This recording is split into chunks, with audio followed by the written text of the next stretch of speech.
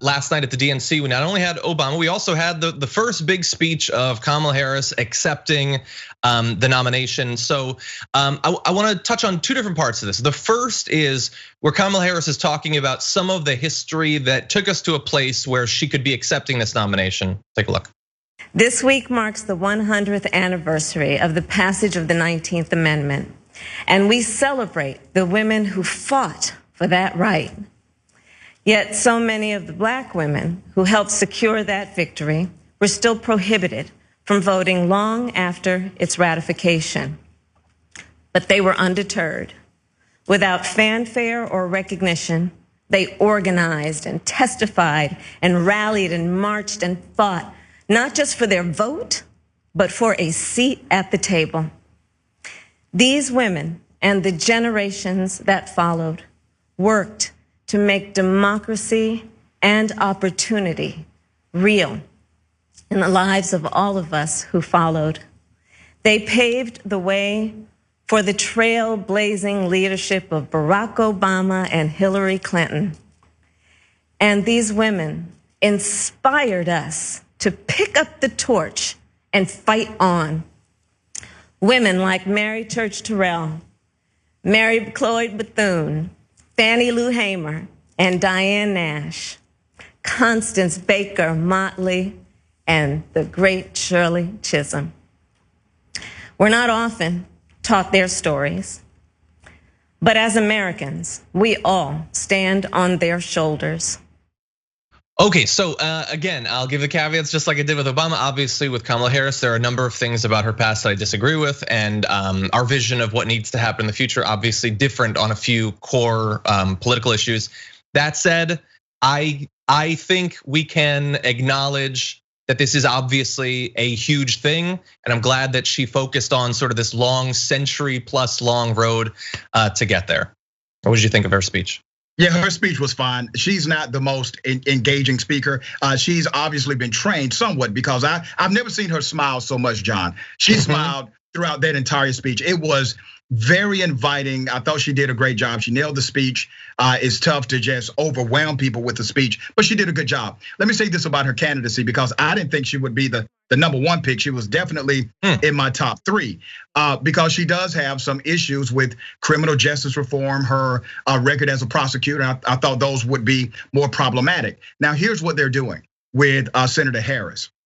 Senator Harris is going to be positioned not as a policy candidate, but as a candidate who has a remarkable story of the American dream. This is going to be, based on what we've seen so far, a candidacy and a campaign based on a general expression of America rather than hardcore policy items, okay? So expect to see more policy from Joe Biden than Senator Harris. And as the race tightens up, and maybe there will be some debates, maybe not, but as the race tightens up, I think some of those policy questions will have to be answered by both candidates, frankly. But good job.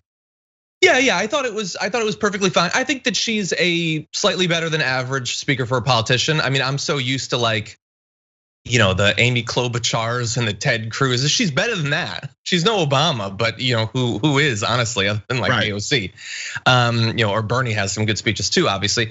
No, I thought it was good. She had to balance a few different things. She had to introduce herself to a lot of people who weren't necessarily paying attention to the primary.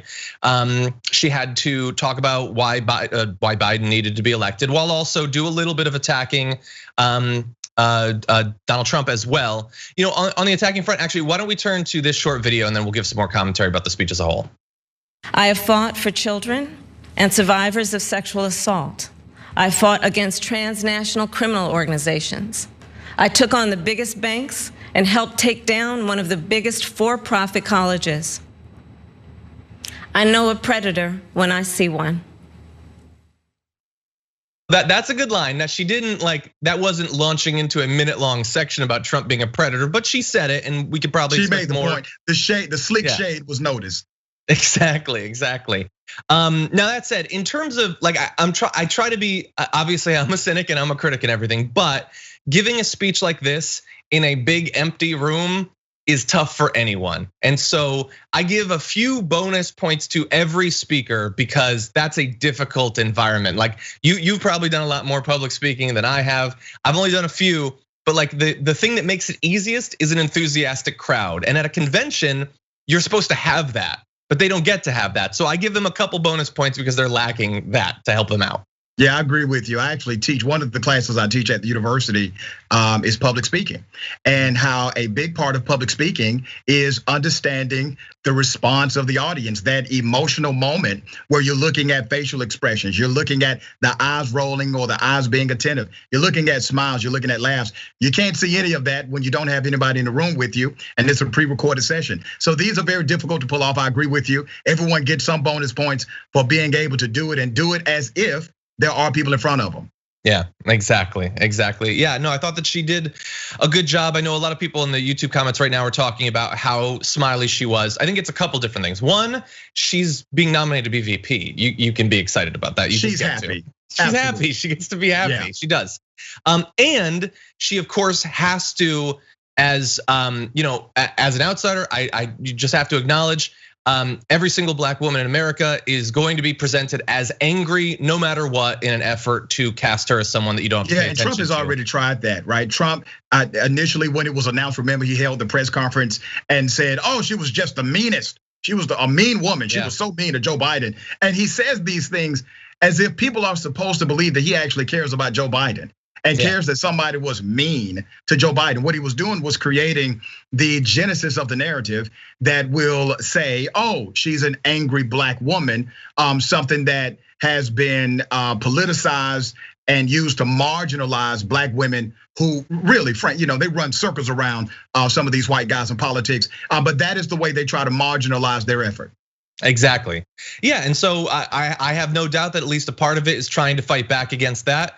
But the thing is, they're gonna do it no matter what. You can be as happy and as smiling, as positive as you want. They're gonna try to do it. And even right after that speech, you had was Sarah Palin was on Tucker Carlson, and Tucker Carlson was like, "What would you have had to do to get all this positive press coverage that Kamala gets? Nobody ever criticized her. What would you have to do?" And Sarah Palin responded, "Well, I probably would have had to prostitute myself the way she has." So no, they're gonna slur her no matter what. And again, I disagree with her on a number of policies, but we can acknowledge when some of these criticisms are fundamentally either misogynistic, unfair, disgusting, or racist. I can't believe they're dragging the Ice Queen back out for a one last hurrah. That showed you how desperate the Trump campaign is to even give any acknowledgement to allow her to come back and be a surrogate. At one point, they had fallen out. I guess they've repaired the relationship. Somebody needs to check her bank account. Yeah, maybe.